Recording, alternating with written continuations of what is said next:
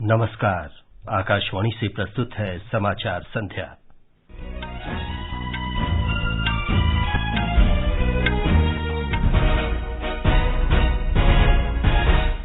प्रधानमंत्री नरेंद्र मोदी ने कहा, खेलों में सरकार के दृष्टिकोण की अपेक्षा खिलाड़ियों की आवश्यकताओं के अनुसार ध्यान केंद्रित किया जा रहा है।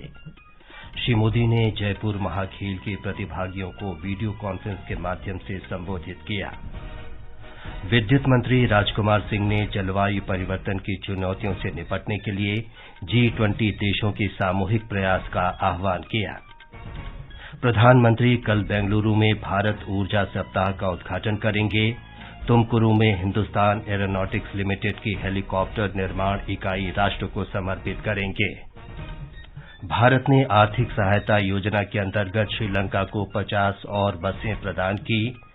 चिली में जंगल की आग में 23 लोगों की मृत्यु और ढाका में सैफ अंडर 20 महिला फुटबॉल चैंपियनशिप में भारत और बांग्लादेश के बीच मैच ड्रॉ। समाचार संध्या के साथ मैं विमलेंदु पांडे। प्रधानमंत्री नरेंद्र मोदी ने कहा है कि अमृतकाल के दौर में देश नई परिभाषा और नई व्यवस्था का सृजन कर रहा है। प्रधानमंत्री ने आज जयपुर महाखेल के समापन समारोह में कहा कि सरकार अब खेलों पर अपने हिसाब से नहीं बल्कि खिलाड़ियों की आवश्यकताओं के अनुसार ध्यान केंद्रित कर रही है। देश में आज पहली बार खेलों को भी सरकारी चश्मे से नहीं बल्कि खिलाड़ियों की नजर से देखा जा रहा है। मैं जानता हूं, युवा भारत की युवा पीढ़ी के लिए असंभव कुछ भी नहीं है। युवाओं को जब सामर्थ्य, स्वाभिमान, स्वावलंबन, सुविधा और संसाधन की शक्ति मिलती है तो हर लक्ष्य आसान हो जाता है।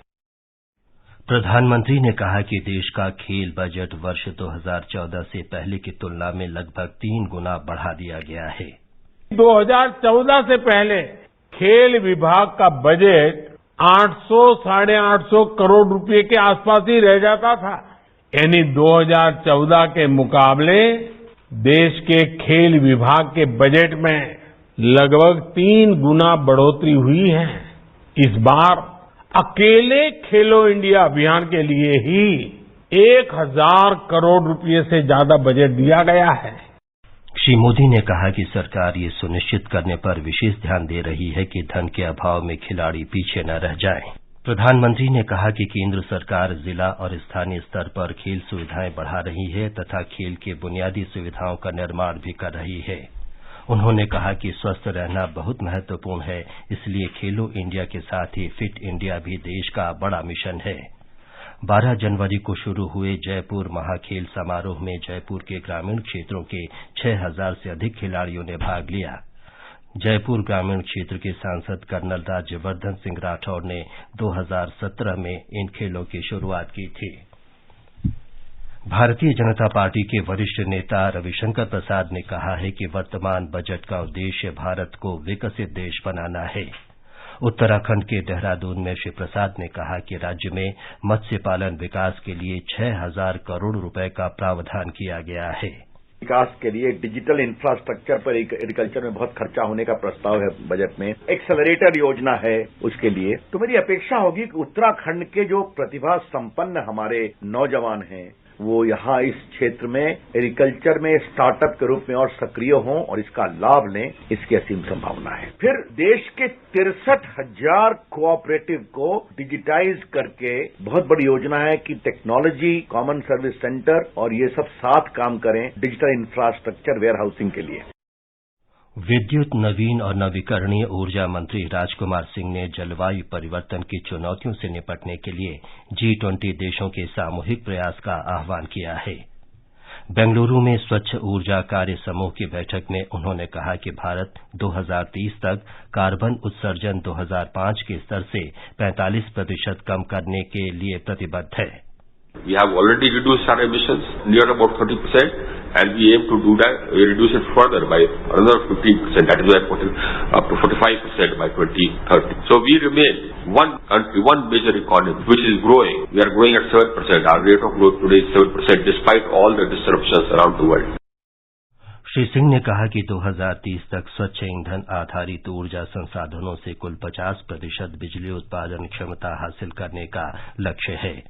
केंद्रीय मंत्री ने बताया कि 2020 में देश का प्रति व्यक्ति ग्रीन हाउस गैस उत्सर्जन विश्व औसत से काफी कम है।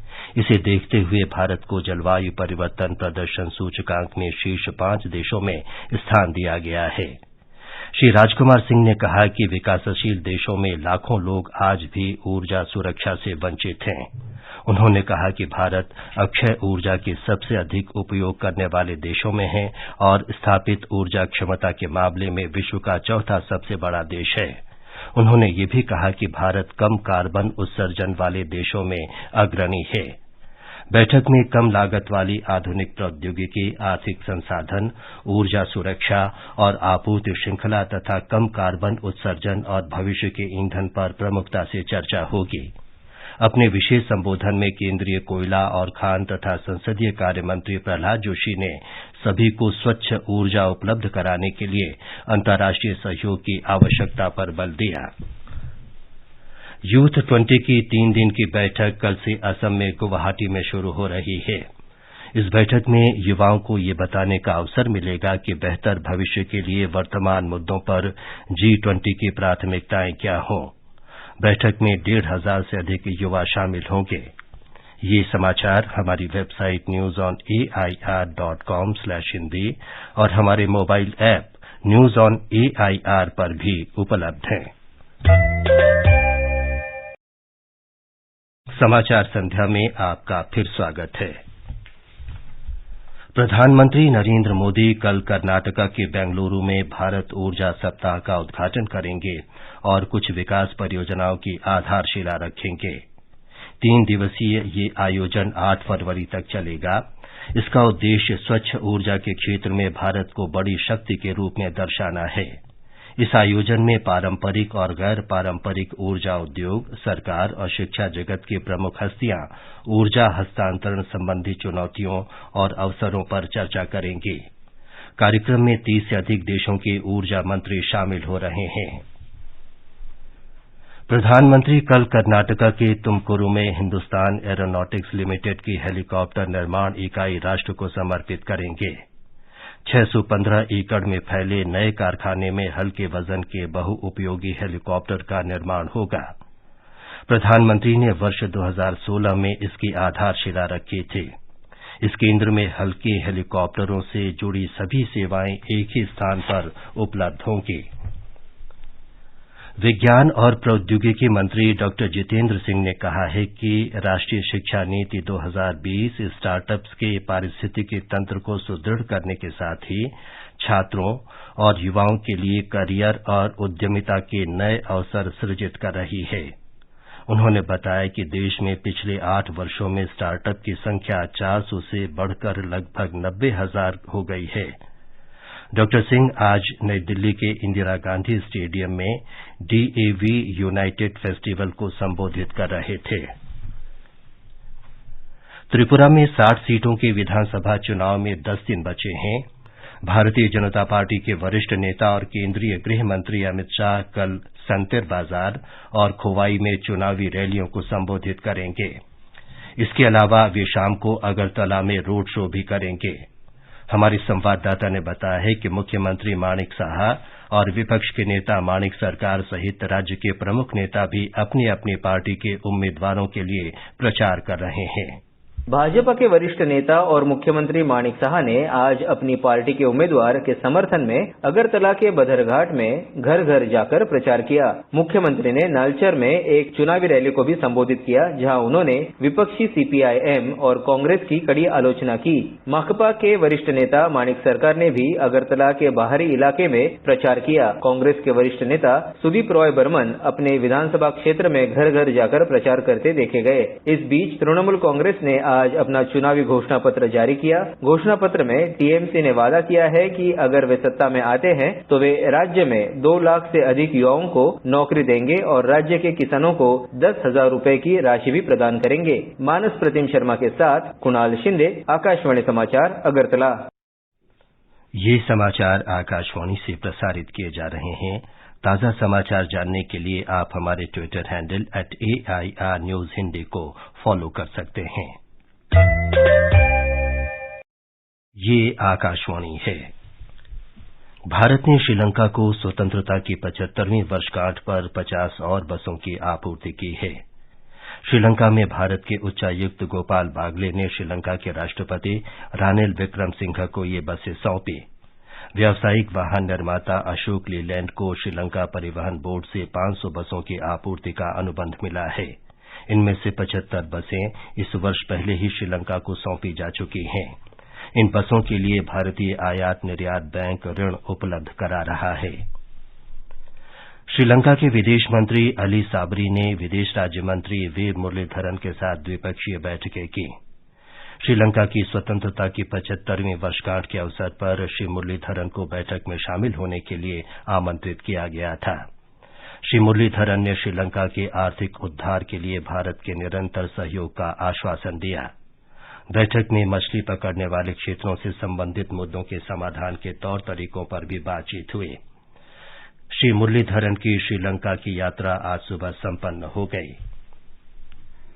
चिली के मध्य भाग में तेज गर्मी के कारण जंगल की भीषण आग में 23 लोगों की मृत्यु हो गई। एक वरिष्ठ अधिकारी ने बताया कि कुछ और इलाकों में आपात स्थिति लागू की गई है। इसके तहत प्राकृतिक आपदा से निपटने के लिए सैनिकों की तैनाती और अतिरिक्त संसाधन उपलब्ध कराए जाते हैं। आधिकारिक जानकारी के अनुसार इस आपदा में 900 से अधिक लोग प्रभावित हुए हैं। शंघाई सहयोग संगठन के शीर्ष लेखा परीक्षा संस्थानों की 6ठी बैठक कल से लखनऊ में शुरू हो रही है। भारत के नियंत्रक और महालेखा परीक्षक संस्थान इसकी मेजबानी करेगा। इसमें संगठन के 8 सदस्य देशों के शिष्टमंडल के साथ ही भारत, कजाकिस्तान, ताजिकिस्तान, किर्गिस्तान और उज्बेकिस्तान के लेखा परीक्षा प्रमुख भाग लेंगे। उत्तर प्रदेश की राज्यपाल आनंदीबेन पटेल बैठक का उद्घाटन करेंगे। पाकिस्तान के पूर्व राष्ट्रपति जनरल परवेज मुशर्रफ का लंबी बीमारी के बाद दुबई के एक अस्पताल में देहांत हो गया। पाकिस्तानी समाचार चैनल जियो न्यूज के अनुसार 79 वर्षीय जनरल मुशर्रफ का दुबई के एक अस्पताल में इलाज चल रहा था। उत्तराखंड के मुख्यमंत्री पुष्कर सिंह धामी ने जोशीमठ आपदा से प्रभावित लोगों के लिए नई दिल्ली से राहत सामग्री ले जाने वाले वाहनों को रवाना किया। विभिन्न संगठनों ने ये राहत सामग्री जुटाई है। इस अवसर पर श्री धामी ने कहा कि केंद्र सरकार के सहयोग से जोशीमठ पुनर्निर्माण और प्रभावित लोगों को राहत पहुंचाने का कार्य किया जा रहा है।